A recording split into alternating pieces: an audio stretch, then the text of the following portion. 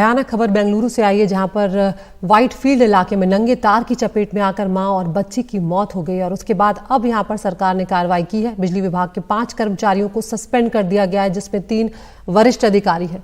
इसके अलावा 2 और वरिष्ठ अधिकारियों को कारण बताओ नोटिस भी जारी किया गया है। रविवार सुबह की ये घटना है, जब 23 साल की सौंदर्या नंगी तारों की चपेट में आ गई थी और इस दौरान उनकी 9 महीने की बच्ची भी उनके साथ थी। घटना में दोनों की दुखद मौत हो गई थी। हमारे साथ हमारे सहयोगी निहाल किदवई यहाँ पर जुड़ गए हैं। निहाल, यहाँ पर कार्रवाई जरूर कर दी गई है, लेकिन जिन्होंने अपने परिजनों को, अपनी मासूम बच्ची को खोया है, उनके लिए यहाँ पर कोई राहत नहीं है, क्योंकि अगर पहले ही इस तरह की लापरवाही न बढ़ती जाती तो शायद ये घटना होने से रुक सकती थी।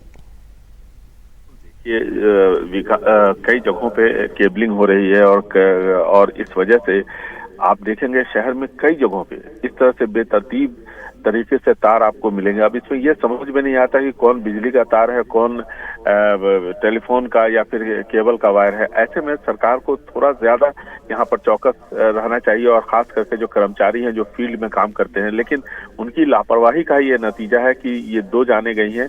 और ये पहला हादसा बेंगलुरु शहर में नहीं है। इससे पहले अगर पिछले साल आप देखें तो संजय नगर यहाँ पर एक बहुत मशहूर इलाका है, वहां पर भी एक शख्स की मौत इसी नंगे तार की वजह से हुई थी। और जब पिछले साल बेंगलुरु में बाढ़ आई थी तब भी एक शख्स की मौत हो गई थी। उसकी बाइक तार की चपेट में आ गई थी एक बेकरी के पास।